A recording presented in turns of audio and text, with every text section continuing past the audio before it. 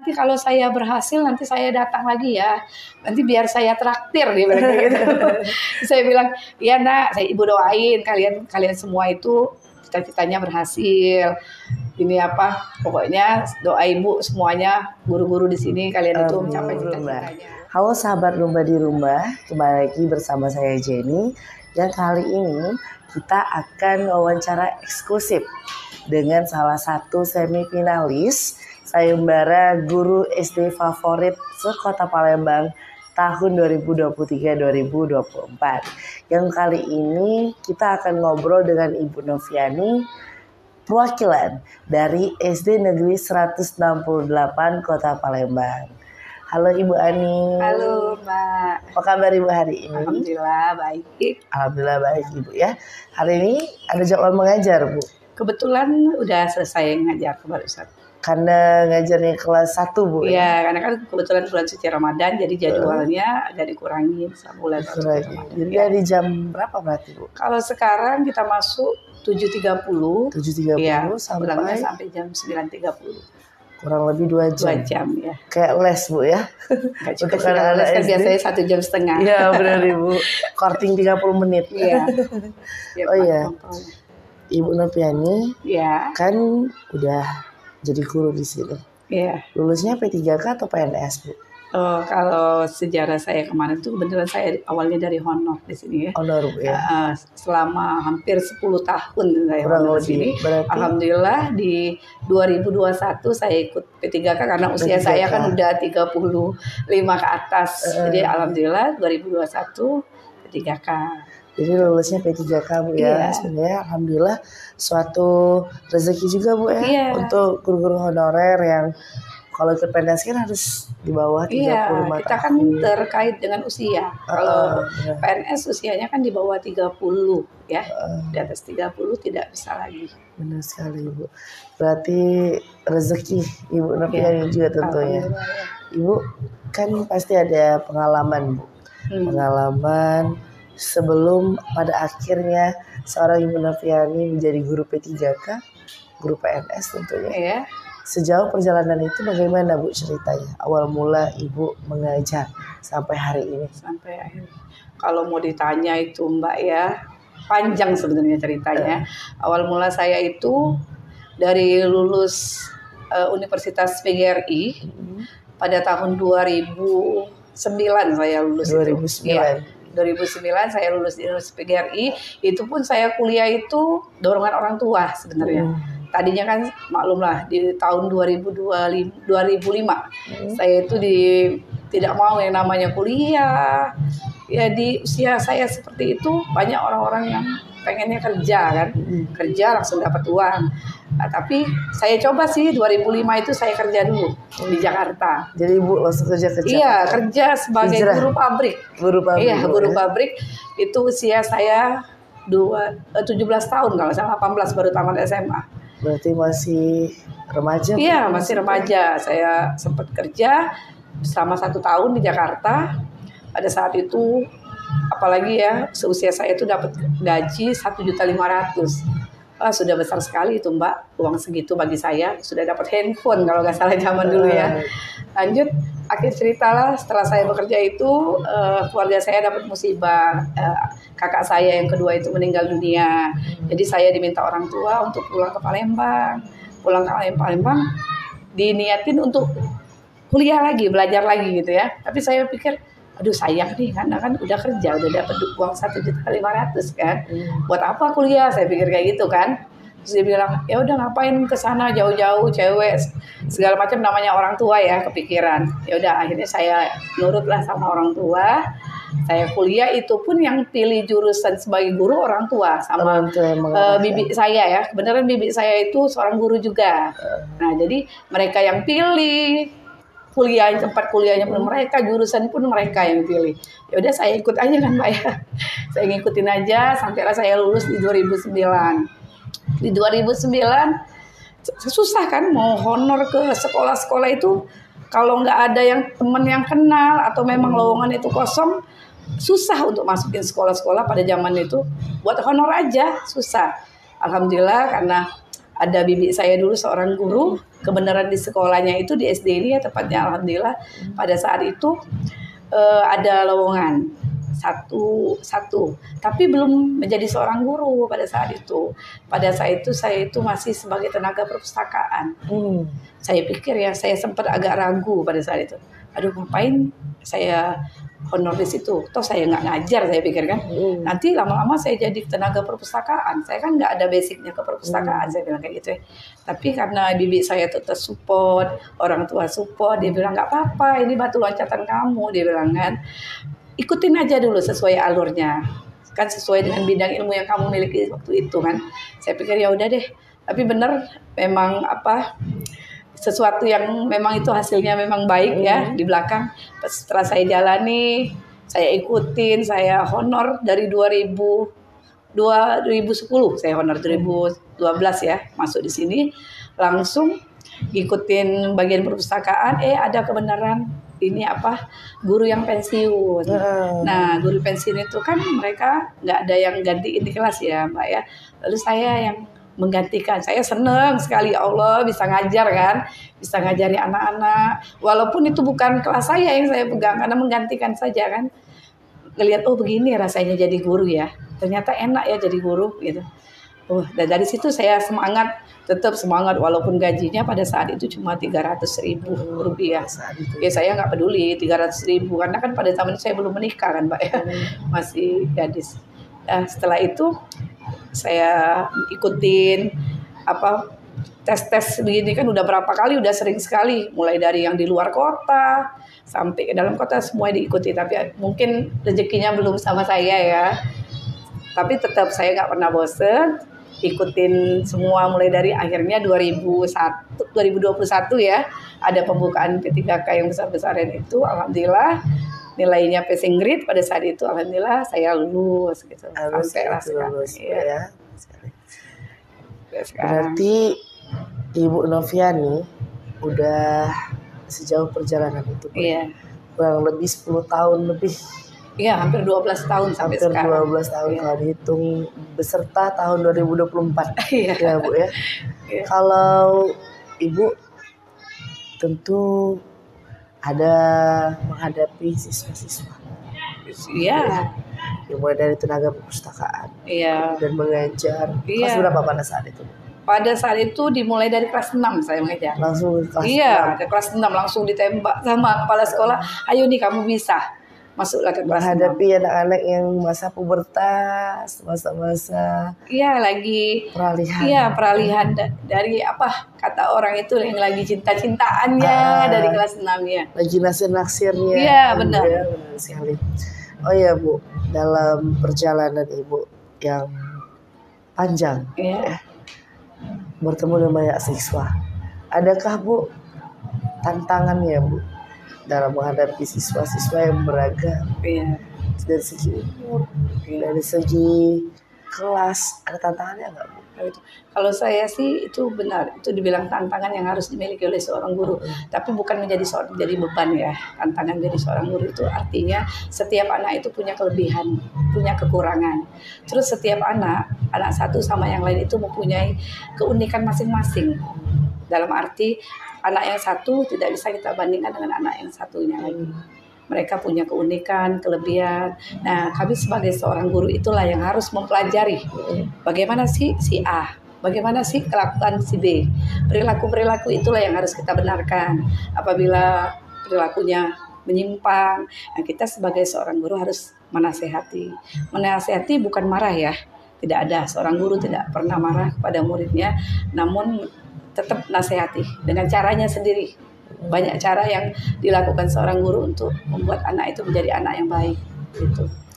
Jadi Bu, kalau kita ambil kesimpulannya itu memahami karakter anak. Iya, memahami karakter. Dan tentunya untuk pendekatannya sendiri, bagaimana itu dalam pemahaman karakter itu pendekatannya? Ya terjun langsung yang pertama, karena kita tidak tahu karakter anak kalau kita tidak langsung melihat. Melihat kita rasakan ya. Jadi ketika anak itu kelakuannya misalnya kurang baik, nah kita sebagai guru tuh langsung kita benarkan.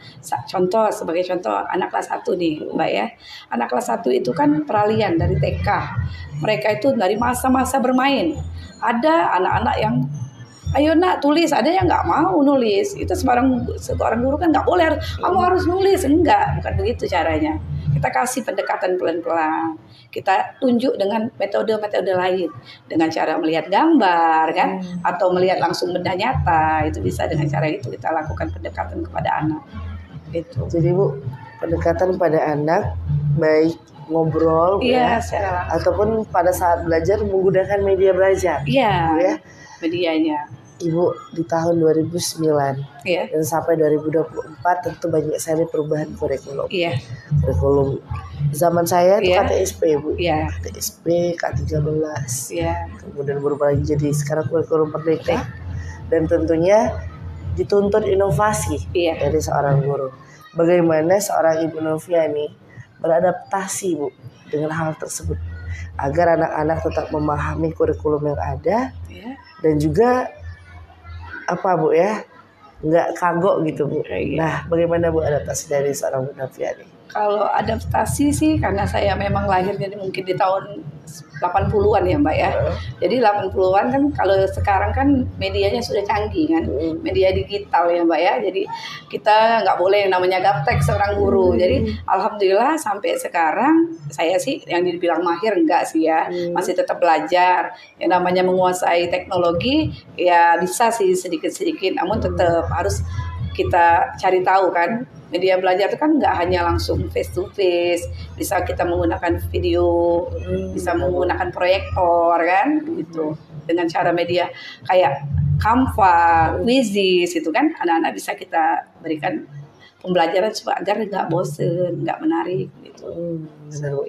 Jadi kalau kita lihat belajar Bu ya, salah satu adaptasinya itu adalah guru tetap butuh belajar. Tentunya seperti itu. Baik sahabat Rumba di Rumah, kalau kita melihat seorang Ibu Noviani yang tentunya sudah 12 tahun masa belajar ini jadi seorang guru Bu ya, tidak sebentar waktu itu Bu, dan tentu akan terus bertambah setiap tahunnya Bu ya. Jadi sahabat Rumah di Rumah, apabila teman-teman sekarang sudah menjadi guru, salah satu trik untuk memahami karakter anak adalah terjun langsung pada anak tersebut, melakukan pendekatan. Oke Bu, pasti sahabat Rumah di Rumah juga kepo, pengen tahu juga seorang Ibu Noviani ke depannya pengen seperti apa. Maksudnya pasti ada jenjang karir Bu, baik itu dari PNS, baik itu di P3 kan memiliki hak yang sama. Bagaimana seorang Ibu Noviani pengen jadi apa ke depannya? Kalau kami sebagai seorang guru ini ya Mbak ya, yang jelas yang pertama kita kembali lagi ke tujuan kita. Tujuan kita adalah mendidik. Artinya tetap di ranah pendidikan gitu ya.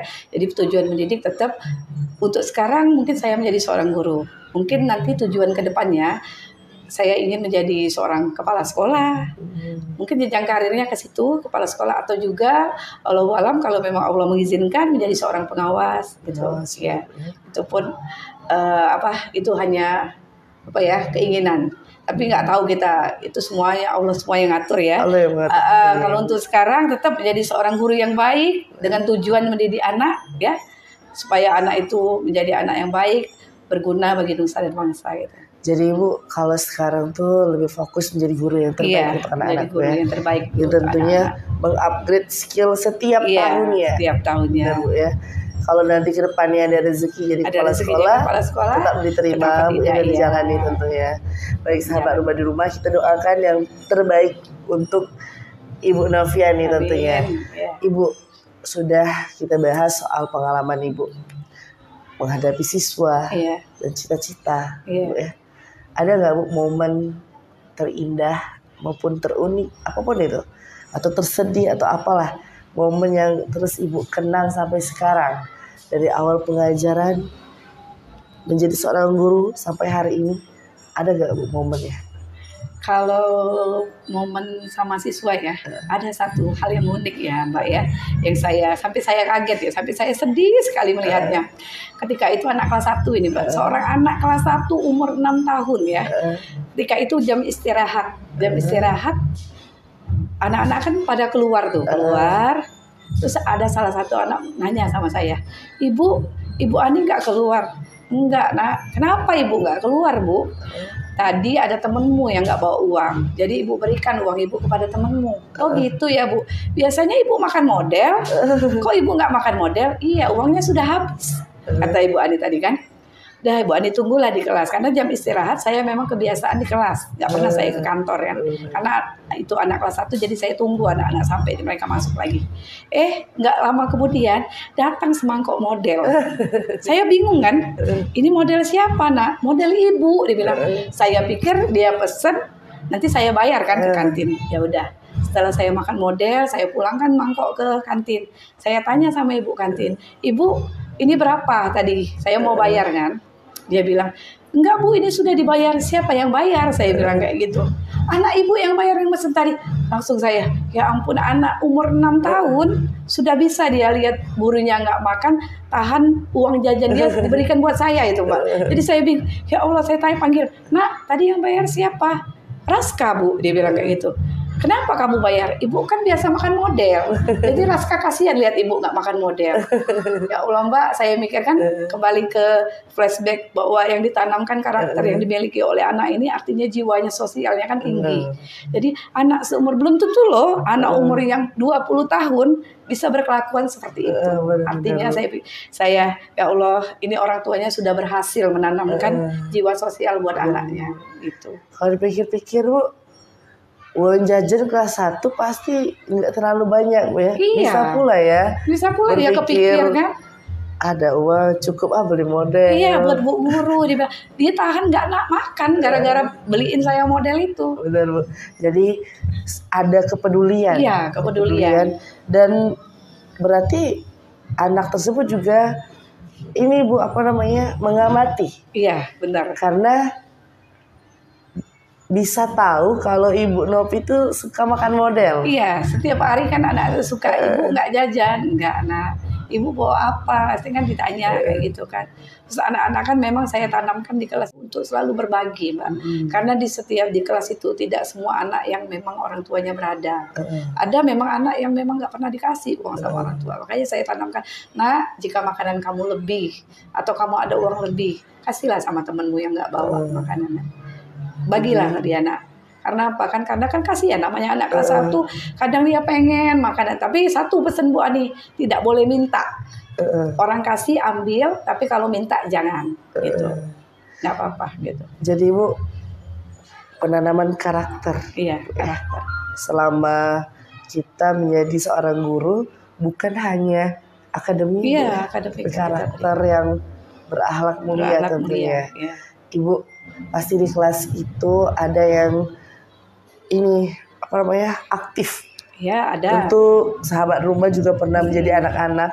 Saya juga pernah jadi anak-anak di kelas. Bagaimana Bu cara Ibu untuk menanggapinya? Aktif ini kita lihat dulu Mbak. Aktif dalam tanda kutip. Aktif dalam atau mengganggu teman atau aktif dalam belajar kan. Aktif itu kan banyak. Nah, jadi kita lihat dulu. Kalau memang dia aktif dalam belajar, walaupun dia belajar tuh, ada memang beberapa anak yang aktif dalam belajar. Dia nggak perlu duduk manis seperti ini di meja. Dia sudah mengerti, paham apa yang didengarkan guru. Anak-anak itu kan tidak hanya melihat, tapi kan dia bisa mendengar, ya. Tidak kita harus melotot pikirin Bu Guru ke depan. Nah, kamu perhatikan Bu Guru ya. Tidak perlu, karena setiap anak beda. Jadi nggak apa-apa, dia aktif dalam arti nggak mengganggu teman ya. Jadi dia keliling sambil Bu Guru jelasin, atau Bu Ani ngeliatin proyektor video, dia ngeliatnya sambil berjalan ke sana ke sini, nggak apa-apa kayak gitu. Karena setiap anak itu kan punya kelebihan, kemampuan, tapi dengan catatan tidak mengganggu temannya. Jadi Bu, kalau untuk aktif yang positif, yang positif, tentunya guru-guru memberikan kebebasan. Iya. Silahkan untuk berekspresi. Ekspresi ya. Cuma kalau untuk yang mengganggu nih Bu, sampai mengganggu, bagaimana bentuk ketegasan seorang Bu Ani? Kalau anak-anak yang aktif dalam mengganggu teman, kita beri nasihat. Kita nggak perlu beri apa hukuman, kita kasih konsekuensi. Jadi hukuman sama konsekuensi itu kan berbeda. Kalau hukuman membuat dia menjadi ya saya dihukum nih. Tapi kalau konsekuensi itu sudah dibuat oleh anak itu sendiri. Jadi kita punya komitmen. Pas kita masuk ke kelas 1, kita udah namanya kesepakatan kelas. Kesepakatan kelas itu kita catat, kita tempel di ruangan kelas. Nanti kita lihat di dalam belajar tidak boleh jalan-jalan. Nanti mereka lihat, nah kamu masih ingat nggak konsekuensi yang kita buat kemarin? Masih Bu. Jika kamu jalan-jalan berarti konsekuensinya apa? Gitu. Kita tanya, Bu, konsekuensinya yaitu ambil sampah di dalam laci. Ya udah lakukan. Jadi mereka setelah dari situ kan mereka sadar, oh iya saya nggak boleh ganggu teman. Saya capek buang sampah di laci kan. Gitu saya kasih konsekuensi. Jadi Bu, bukannya jadi teman-teman sahabat rumah di rumah untuk mendidik seorang karakter itu bukan karena hukuman. Bukan kalau karena hukuman itu pasti dilanggar biasanya. Iya, karena hukuman dia jadikan nanti dihukum lagi nggak apa-apa lah, besok hukumannya gampang cuma ini aja. Jangan. Tapi kita melihat tanamkan konsekuensi. Berarti suatu bentuk tanggung jawab yang ditanamkan tentunya. Ibu, kalau anak-anak yang di kelas pasti ada anak-anak yang pintar juga Bu. Dan tentu Bu, biasanya ini tidak seluruh tapi biasanya anak-anak pintar itu Bu tidak mau berbagi, tidak mau mengajari temannya. Bagaimana Ibu Ani mendidik anak untuk tetap rendah hati walaupun kita memiliki kelebihan dari teman-teman sebayanya? Bagaimana Bu? Alhamdulillah saya tekankan ya Mbak kepada anak, khususnya anak saya kelas 1 ini kan, karena anak kelas 1 ini kan apa yang dibilang gurunya ikut. Anak kelas 1. Karena saya tekankan, anak-anak saya kan sudah bagi 3 kelompok. Anak-anak itu ada yang tingkatan tinggi, sedang, sama rendah. Jadi ketika kegiatan belajar, saya tidak yang tinggi di sini, yang sedang di sini, yang rendah di sini, tidak. Saya akan bagi. Ketika yang rendah, saya akan masukkan 2 orang ke yang tinggi ke rendah. Jadi ketika itu mereka yang akan belajar seperti teman sejawat. Akan mengajari teman yang satunya. Alhamdulillah saya pakai metode itu, anak-anak antusias. Yang pintar-pintar itu mau ngajarin. Pada akhirnya Bu. Nggak ada timbul kompetisi. Nggak ada. Bu, ya. Berbeda dengan di era dahulu. Ada kompetisi. Iya, kalau dulu kan Bu, misalnya aku nggak mau berbagi, nanti aku nggak ranking 1. Kecil. Pas zaman dulu seperti itu. Masih ada nggak Bu ranking sekarang Bu? Udah lama. Kalau di sekolah kita khususnya udah lama nggak ada lagi yang namanya rankingan. Karena kan itu secara tidak langsung menjatuhkan karakter anak. Kalau alhamdulillah di sekolah kita ini udah lama sekali nggak ada lagi rankingan. Apalagi sekarang kan sudah kurikulum merdeka. Jadi kan sesuai dengan memerdekakan anak. Ya, tidak ada yang mana yang nilainya kecil, sedang, sesuai kemampuannya lah. Kan apalagi sekarang sesuai fase ya Mbak ya. Jadi fase A itu kan kelas 1 dan 2. Apabila di kelas 1 dia belum mencapai, ya udah lanjut ke kelas 2 fase A tetap. Jadi sahabat rumah di rumah, banyak sekali pengalaman yang bisa kita ambil dari Ibu Ani. Jadi Ibu, kalau kita lihat itu anak-anak dimulai dari pendidikan karakter. Seperti karakter berbagi, peduli, konsekuensi, tanggung jawab tentunya Ibu.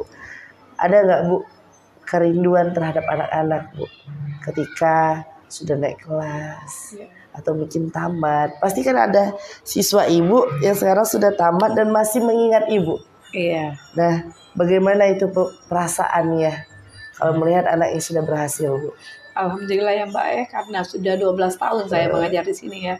Alhamdulillah hampir tidak semua sih, tapi ada beberapa anak yang masih ingat sama gurunya. Dia pernah datang ke sekolah sini kan, ibu masih ingat nggak sama saya? Saya kan namanya seorang guru kan siapa ya? Ingat nak, tapi lupa namanya, saya bilang kayak gitu. Bu, saya ini loh Bu, saya ini pernah diajarin ibu. Dia bilang, kelas berapa ya? Kelas 1. Ya Bu, masa ibu lupa? Saya kan pernah pipis di celana, katanya. Waktu itu. Oh iya ya nak ya? Iya ibu, tapi nggak marah pada saat itu. Malah ibu kan pada saat itu memang kami kan mempunyai stok baju dulu ya Bapak, ya Mbak ya. Stok baju celana dari sekolah. Jadi ketika anak-anak itu memang buang air kecil atau apa kan, karena kelas 1 itu kan memang peralihan kan, masih ada yang kayak gitu. Jadi kami pinjemin dari sekolah. Ibu, ya Allah Bu, pada saat itu saya malu, tapi ibu nggak ini, saya langsung dikasih celana dari sekolah. Dia bilang, oh iya deh, kok kamu masih ingat, ibu sudah lupa, saya bilang kayak gitu. Ibu sudah, iya lah Bu, yang kayak gitu saya ingat. Sampai ada yang datang lagi kan ke sekolah, ibu nanya yang guru yang lain kan, nggak hanya saya sih yang ditanya, guru yang, ibu yang ini masih ada nggak, ditanya. Sampai saya, ya ampun nak, ini apa berarti dia masih mengingat gurunya kan sampai sekarang, walaupun dia pernah berangkat saya jauh, masih kontak-kontakan lewat WA, masih mengenang sosok guru yang cintai. Iya, malah ada yang WA, ibu nanti kalau saya berhasil nanti saya datang lagi ya, nanti biar saya traktir, dia bilang kayak gitu. Saya bilang iya nak, ibu doain kalian semua itu cita-citanya berhasil. Ini apa, pokoknya doa ibu semuanya, guru-guru di sini kalian itu mencapai cita-citanya ya. Jadi kalau kita lihat sahabat rumah di rumah ya, dengan pengalaman Ibu Ani menjadi sosok guru yang dicintai, suatu kebanggaan tersendiri. Iya. Saya ngerasa ya ampun, saya kan itu kan sudah saya anggap kayak kalau kita sudah terjun menjadi seorang guru Mbak ya. Jadi kita memang punya anak itu di rumah. Tapi kalau di sekolah itu udah merasa ini anak kita semua. Semuanya kita sebagai sama. orang tua ya. Kalau di sekolah, kalau di rumah ya kita anak-anak kita sebagai seorang ibu. Tapi kalau di sekolah kita sebagai guru sekaligus seorang orang tua bagi anak-anak. Untuk anak-anak yang tentunya juga mengambil bagian besar Bu dari seorang anak. Seperti apa ya ke depannya Bu? Saya dulu pernah Bu, saya mengingat guru SD saya. Namanya juga Bu Lin, Bu Ani itu Bu Lin. Bu Lin itu juga sama seperti ibu. Sampai sekarang Bu, saya mengenangnya sebagai guru yang saya cintai. Seperti itu juga Bu Ani tentunya. Dan sahabat rumah di rumah, tentu sekarang lagi ada teman-teman yang lagi berproses Bu. Jadi seorang kelemahan di era kami, Gen Z. Dikit-dikit Bu mengeluh. Dikit-dikit capek, tidak tahan banting dibandingkan dengan era ibu yang luar biasa, honorer per bulan 300.000. Kalau kita pikir-pikir kan Bu, dapat apa 300.000 ini Bu ya? Tapi karena ketulusan dan keikhlasan membuat ibu bertahan. Bisa Bu dibagi tips dan motivasinya Bu untuk kami kaula muda ini, bagaimana bisa bermental baja juga Bu, seperti era ibu pada saat itu. Boleh motivasinya untuk kami. Yang pertama bersyukur Mbak. Yang pertama kita harus tanamkan bersyukur. Apa yang kita dapat pada saat itu nikmati. Kalau kita bersyukur insya Allah cukup. Pada saat saya 300.000 Mbak. Kata orang dapat apa, ngapain kamu honor cuma dapat 300.000. Make up aja nggak cukup pada saat itu. Apalagi ke bening klinik ya 500.000 sekali beli make up. Pada zaman itu Bu. Iya, saya pikir saya tetap bersyukur. Kalau memang 300.000 kalau buat makeup yang mahal itu nggak cukup, ya ngapain beli yang mahal, beli aja yang murah gitu kan. Satu, bersyukur. Yang kedua, tidak mengeluh, tidak pernah bosan, nikmatin aja, jalanin aja.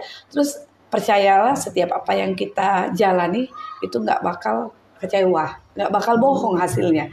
Saya Mbak ya, kayak pikir, aduh nanti kalau teman-teman kan bilang banyak yang seusia saya, teman-teman yang universitas guru banyak yang basicnya nggak ke guru, malah ada yang ke bank, ada yang ke macam-macam lah, tapi nggak ke. Ngapain Ani kamu mau jadi seorang guru? Saya pikir satu, saya sudah mulai mencintai anak-anak. Kedua, saya bersyukur rezeki saya di sini. Jadi memang kita rezeki itu sudah ditakar kan. Saya percaya, yakin kepada Allah bahwa suatu saat nanti saya nggak bakal jadi honor terus. Saya yakin ya. Ya Allah, masa saya mau jadi honor terus di sini? Tapi dengan saya bersyukur, ikhlas mengajar, ikhlas mendidik anak, banyak doa-doa dari anak-anak yang membimbing saya untuk diterima menjadi P3K. Itu kalau Kalau untuk nasib mungkin Allah ya sudah takdir. Tapi kalau doa ya, doa orang banyak ya Mbak ya, insya Allah dikabulkan gitu. Saya percaya gitu. Saya bersyukur. Makanya saya untuk teman-teman yang lain ya, yang sekarang memang mungkin lagi honor. Yang pertama adalah bersyukur, jalani, berapapun hasilnya nikmati. Terus satu lagi, jangan melihat ke atas Mbak, selalulah melihat menunduk ke bawah. Kalau kita melihat ke atas kan nggak pernah ada yang di atas kita, ada lagi di atas, ada lagi di atas. Tidak Jadi puas-puas, iya, tidak pernah puas. Jadi tetap bersyukur apa yang didapat gitu. Oke. Jadi sahabat Rumba di Rumah, banyak sekali hal yang bisa kita petik. Mulai dari rasa bersyukur Bu ya. Kalau berjalan meraih cita-cita memang harus banyak sabar ya Bu ya. Sabar, ikhlas, restu orang tua, dan juga jangan suka melihat ke atas Bu ya, tapi seringlah lihat ke bawah. Orang-orang yang mungkin tidak bekerja, tidak ada penghasilan, tapi kita ada, ya, benar sekali. Kan? Dan pekerjaan kita juga pekerjaan mulia, Ibu ya, benar sekali. Baik teman-teman dan sahabat Rumah di Rumah, luar biasa motivasi dan inspirasi dari seorang Ibu Noviani hari ini. Kita ucapkan terima kasih Ibu sama Mbak untuk motivasinya, inspirasi dan cerita yang luar biasa. Dan juga kita doakan semoga Ibu Noviani mencapai segala cita-citanya. Amin. Dan juga bisa jadi penganugerahan guru favorit ya, masuk kategori juga tentunya. Jangan lupa like, share dan juga subscribe untuk dukungan kita kepada Bu Noviani untuk maju menjadi penganugerahan guru SD favorit se-Kota Palembang tentunya. Baik teman-teman, saya Jenny dan Ibu Noviani tentunya. Kami pamit undur diri. Salam Rumba.